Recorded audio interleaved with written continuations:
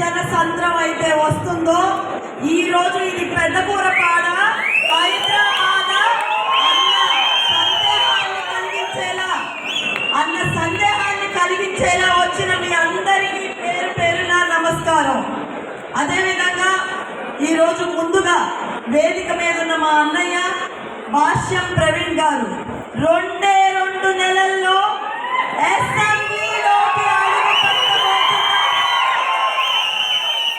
అసెంబ్లీలోకి అడుగు పెట్టబోతున్న పెద్దకూరపాడికి కాబోయే శాసన సభ్యులు మన భాష్యం ప్రవీణ్ గారికి, అదేవిధంగా రుద్రమదేవి గారికి, షరీఫ్ గారికి, జగన్ గారికి, జనసేన అధ్యక్షుల వారికి, కొండయ్య గారికి, ప్రతి ఒక్కళ్ళకి, తెలుగు ప్రొఫెషనల్స్ వింగ్ కుటుంబ సభ్యులకి, ఈ వేదికలో మనం అందరూ ఇంత మాట్లాడడానికి ఆర్గనైజ్ చేసిన ప్రతి ఒక్కళ్ళకి, వేదిక కిందున్న మా బాబాయిలకి, పిన్నులకి, పెద్దమ్మలకి, పెద్దవాళ్ళకి అందరికీ పేరు పేరున నమస్కారం అండి.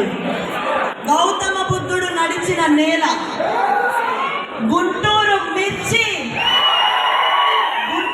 మిర్చిలో కారం ఎంత ఉంటుందో మీ అందరిలో మమకారం కూడా అంతే ఉంటుంది అని నిరూపించి ఇంత ఉత్సాహంగా, ఇంత ఉల్లాసంగా ఈరోజు ఇది విజయోత్సవ సభ, ఎన్నికల సభ అన్నది సందేహం కలిగేలా చేస్తున్నారు.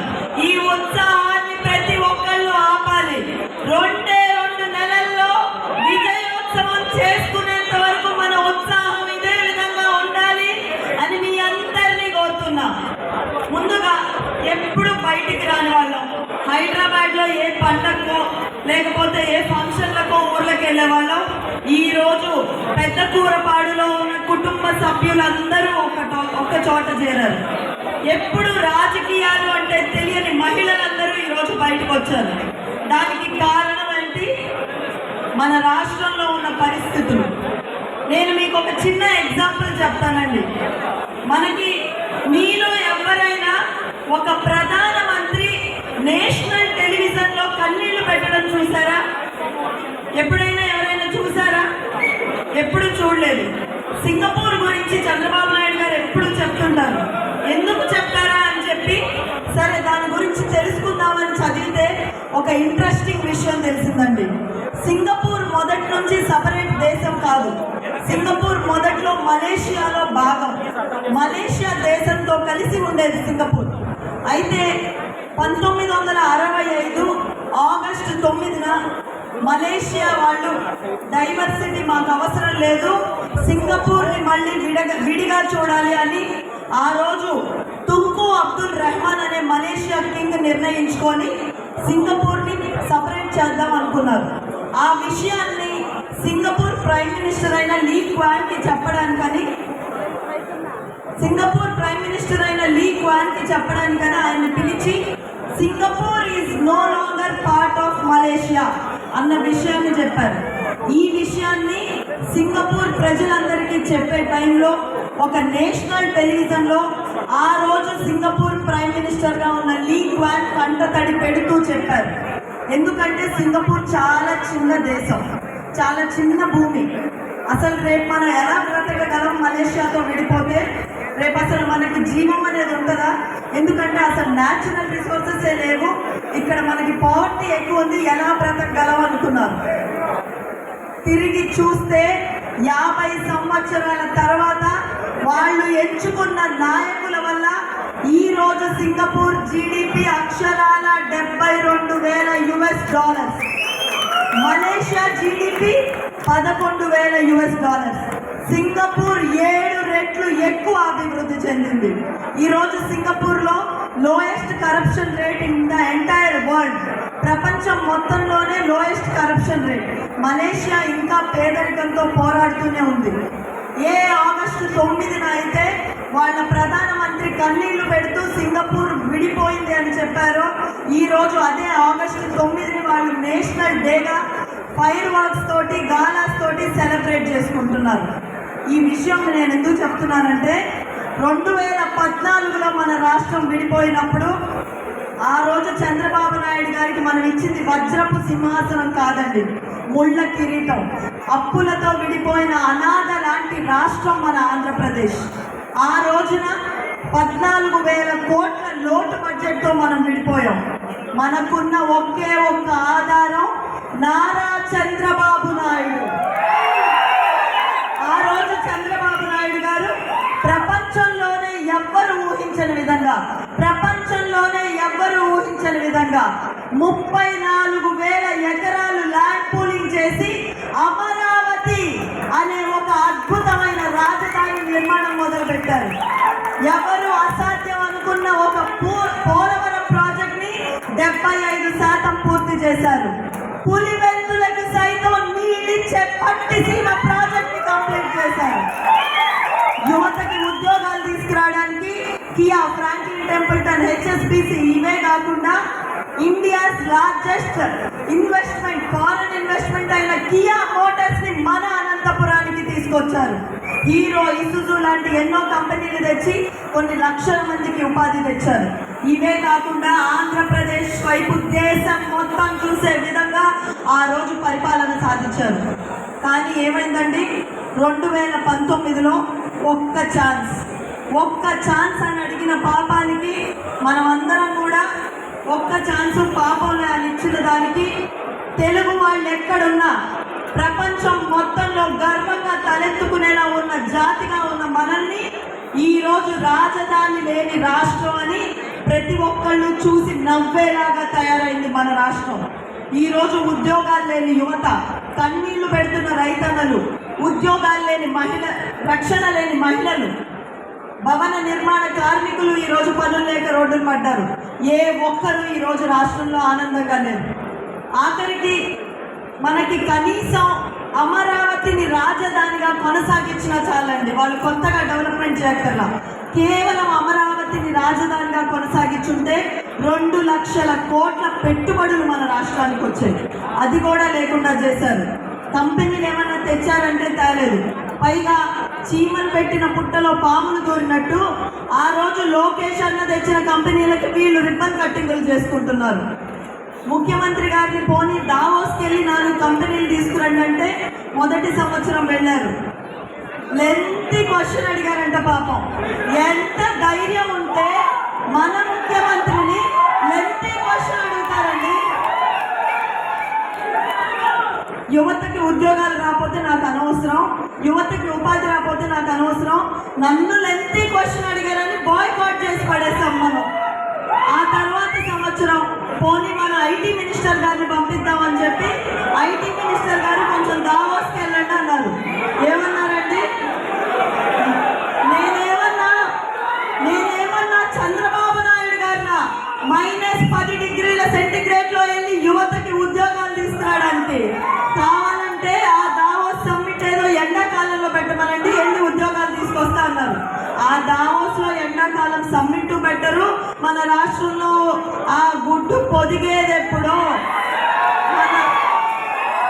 మన యువతకి ఉద్యోగాలు వచ్చేది ఎప్పుడో. ఈరోజు యువత గంజాయి మత్తులో పడ్డారండి. ఒకప్పుడు ఉద్యోగాలు తీసుకునే స్థాయి నుంచి ఉద్యోగాలు ఇచ్చే స్థాయికి తీసుకెళ్లిన నాయకుడు నారా చంద్రబాబు గారు. ఈరోజు మన రాష్ట్రం గురించి మనకు ఒక ధైర్యం ఉందండి. ఎందుకంటే మనం ఒక అడుగు వెనక పడ్డామే కానీ మనం కింద పడిపోలేదు. మనల్ని కింద పడిపోకుండా పట్టుకున్న ఒక నాయకుడు ఉన్నాడు. ఆయన పేరే చంద్రబాబు నాయుడు. ఈరోజు చంద్రబాబు నాయుడు గారికి తోడుగా అగ్నికి వాయువు తోడైనట్టు పవన్ కళ్యాణ్ గారు తోడయ్యారు. మనమందరం కూడా ఒక విషయాన్ని గమనించాలండి. ఆ రోజు అన్యాయంగా చంద్రబాబు నాయుడు గారిని 53 రోజులు జైలు గోడల మధ్య నిర్బంధించారు. ఇన్ని లక్షల మందికి ఉద్యోగాలు, ఉపాధి కల్పించిన చంద్రబాబు నాయుడు గారిని అక్రమంగా జైల్లో నిర్బంధించారు. ఆ రోజు ముందుకొచ్చి నేను కూడా మీతో ఉన్నాను అని చెప్పిన నాయకుడు పవన్ కళ్యాణ్ గారు. ఆ విషయాన్ని మనం ఎవరం మర్చిపోకూడదు. ఈ రోజు పవన్ కళ్యాణ్ గారు తలుచుకుంటే ఈ ఎలక్షన్కి ఆయన వద్దనుకుంటే సపరేట్గా పార్టీతో పోటీ చేయొచ్చు. ఓట్లు స్ప్లిట్ అయ్యేవి, ఎన్నో సీట్లు స్ప్లిట్ అయ్యేవి. కానీ ఆయన రాజకీయ భవిష్యత్తుని ఈ ఎలక్షన్ కోసం త్యాగం చేశారు. ఆయన త్యాగం చేసింది రాజకీయ భవిష్యత్తుని మనందరి భవిష్యత్తు కోసం, ఆంధ్రప్రదేశ్ భవిష్యత్తు కోసం. ఈరోజు తెలుగుదేశం, జనసేన, బీజేపీ జెండాలు వేరైనా ఎజెండాలు ఒకటే. ఆంధ్రప్రదేశ్ అభివృద్ధి కూటమి ఎజెండా అని మీ అందరికీ తెలియజేస్తున్నా. ఇకపోతే మన పెద్ద కూరపాడు భాష్యం ప్రవీణ్ అన్న, నేను ఇందాక చెప్పినట్టు ఒక 25 సంవత్సరాలు అనుభవం ఉన్న నాయకుడికి వచ్చినంత జనసంద్రం వచ్చారంటే ఈ విషయాన్ని చంద్రబాబు నాయుడు గారు గుర్తించబట్టే ఇంత పొత్తులో ఉన్నా, టైట్ గా ఉన్నా కూడా సీట్లు భాష్యం ప్రవీణ్ అన్నకి ఇచ్చారంటే ఈ రోజు ఇక్కడికి వచ్చిన మీరందరూ దానికి నిదర్శనం. చంద్రబాబు నాయుడు గారు ప్రవీణ్ అన్న ద్వారా పెదకూరపాడికి 40 ఏళ్ల భవిష్యత్తునిచ్చారు. ప్రవీణ్ అన్నని గెలిపించాల్సిన బాధ్యత మనది. ఎందుకో తెలుసా? ప్రవీణ్ అన్నని గెలిపిస్తే మనల్ని మనం గెలిపించుకున్నట్టు, ప్రవీణ్ అన్నని గెలిపిస్తే పెదకూరపాడుని గెలిపించినట్టు, ప్రవీణ్ అన్నని గెలిపిస్తే గాడిన పెట్టాల్సిన అభివృద్ధిని మళ్ళీ ప్రగతి పదంలో నడిపించే నాయకుడిని ఎన్నుకున్నట్టు. ఐదు నియోజకవర్గాల్లో చారిటబుల్ ట్రస్ట్ ద్వారా ఎంతో సేవ చేశారు. వైద్య రంగంలో కానివ్వండి, విద్యా రంగంలో కానివ్వండి, ఎక్కడ వెనకపడకూడదు అని తన చారిటబుల్ ట్రస్ట్ ద్వారా ఎంతో మంది విద్యార్థులకి విద్యను అందివ్వడమే కాకుండా వైద్య సహాయం కూడా చేశారు. ఈరోజు పవర్లో ఉన్న ఎమ్మెల్యేలు కూడా చేయలేనంత పని తన చారిటబుల్ ట్రస్ట్ ద్వారా చేశారు. అంతేకాకుండా గుంటూరు జిల్లాలో ఏ కార్యకర్తకి కష్టం వచ్చినా నేనున్నాను అని చెప్పి మన ప్రవీణ్ అన్న నుంచున్నారు. కార్యకర్తలందరూ ఎంత ఇబ్బంది పడ్డారో గత 5 సంవత్సరాలుగా చూసాం. అయినా మనం భయపడక్కర్లేదు. మనకి రెడ్ బుక్ లో లోకేష్ అన్న ప్రతి పేరు రాస్తున్నారు. ఈ రోజు పడ్డ ప్రతి ఇబ్బందిని కూడా తీరే రోజులు ఖచ్చితంగా ముందున్నాయని మీ అందరికీ తెలియజేస్తున్నా.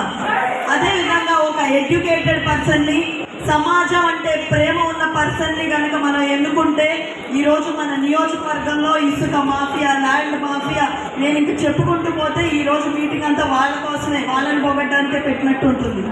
కాబట్టి ఇలాంటివన్నీ జరుగుతున్న వాటిని పక్కన పెట్టి రేపు మనం ఒక ఎడ్యుకేటెడ్, సేవా దృక్పథం ఉన్న నాయకుడిని, అభ్యర్థిని గెలిపిద్దాం. తద్వారా చంద్రబాబు నాయుడు గారిని కూడా ముఖ్యమంత్రిని చేసుకోవడానికి దోహదపడతాం. చూడడానికి చాలా సాఫ్ట్ గా ఉన్నాడు, కానీ కార్యకర్తలకి మాస్ గా నిలబడి మీ అందరికీ అండగా నిలుచుంటాడని నేను మీ తరఫున మాటిస్తున్నా. ఎజెండాలు పేపర్ల మీద పెట్టే నాయకుల్ని కాకుండా ఎజెండాలని ఆచరణలో పెట్టే అభ్యర్థుల్ని గెలిపించాలని మీ అందరినీ కోరుతున్నా.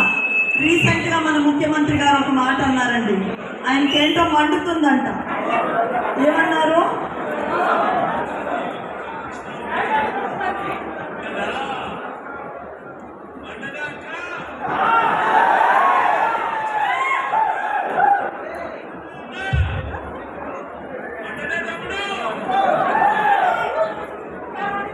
వినిపిస్తుందా? మళ్ళీ వినాలనుకుంటున్నారా స్పష్టాలు? రాష్ట్రానికి వచ్చే పరిశ్రమలు ఆపేస్తే మండదా తమ్ముడు? చంద్రన్న ఇచ్చే సంక్రాంతి కానుక ఆపేస్తే మండదా అక్క? కరెంటు రేట్లు 7 సార్లు పెంచితే మండదా అక్క? ఆర్టీసీ ఛార్జీలు 3 సార్లు పెంచితే మండదా తాత? రాష్ట్రం కోసం భూములు ఇచ్చిన రైతన్నల్ని కడుపులో పడితే వాళ్ళ కడుపు మండదా? అంతేకాకుండా ఈరోజు అన్నపూర్ణ ఆంధ్రప్రదేశ్ గా వెలసిల్లాల్సిన ఆంధ్రప్రదేశ్ కి రాజధాని లేకుండా చేస్తే ఆంధ్రులకి మండదా? రాష్ట్రంలో రోజుకి 18 గంటలు కష్టపడి ఈ రాష్ట్ర యువత కోసం అహర్నిశలు శ్రమపడి మా అందరికీ భవిష్యత్తు ఇచ్చిన చంద్రబాబు నాయుడు గారిని 53 రోజులు అన్యాయంగా జైల్లో పెడితే మాకు మండదా? ఈ కడుపు మంటలంతా మే 13న మండే ఎండల్లో వెళ్ళి సైకిల్ బటన్ పైన నొక్కి ఏపీలో ఈ మంటల్ని చల్లార్చే బాధ్యతని ఆంధ్రులంతా తీసుకున్నారు. ఒకటే రిక్వెస్ట్ చేస్తున్నా అండి, ఈరోజు మనందరికీ కూడా చంద్రబాబు నాయుడు గారంటే ఎంతో అభిమానం ఉంది.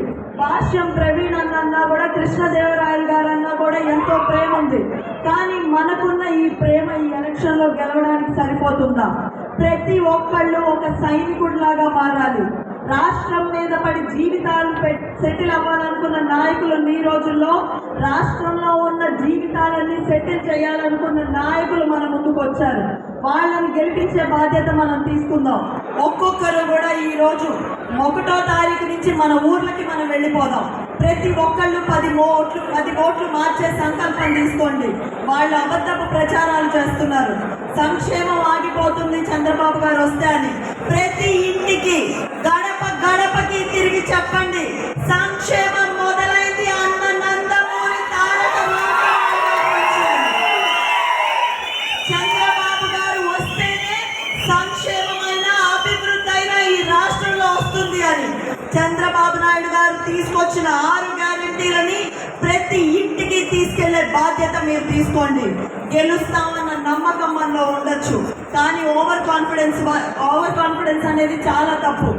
మహా అయితే కష్టపడితే ఏమవుతుంది? మెజారిటీ పెరుగుతుంది, అంతే కదా. ప్రతి ఒక్కళ్ళం కష్టపడదాం. ఈసారి అత్యధిక మెజారిటీతో మన భాష్యం ప్రవీణ్ అన్నని, కృష్ణదేవరాయలు గారిని గెలిపించాలని కోరుకుంటూ, చంద్రబాబు నాయుడు గారు 45 ఏళ్ల రాజకీయ జీవితం పేపర్ల కోసమో, ప్యాలెస్ల కోసమో, లేకపోతే పవర్ ప్లాంట్ల కోసమో పెట్టలేదండి. మన భవిష్యత్తు కోసం, మన జీవితాల కోసం పెట్టారు. ఆయన మన కోసం ఇప్పటి వరకు నిలబడ్డారు. ఇప్పుడు మనం ఆయన కోసం నిలబడదాం. రాష్ట్రంలో కని విని ఎరుగని మెజారిటీని ఇద్దాం. వాళ్ళు వై నాట్ కుప్పం అంటారా? Why not Pulivendula? ఏ అసెంబ్లీలో అయితే చంద్రబాబు నాయుడు గారిని అవమానించారో అదే అసెంబ్లీకి చంద్రబాబు నాయుడు గారిని రారాజులా పంపించి నారా చంద్రబాబు నాయుడు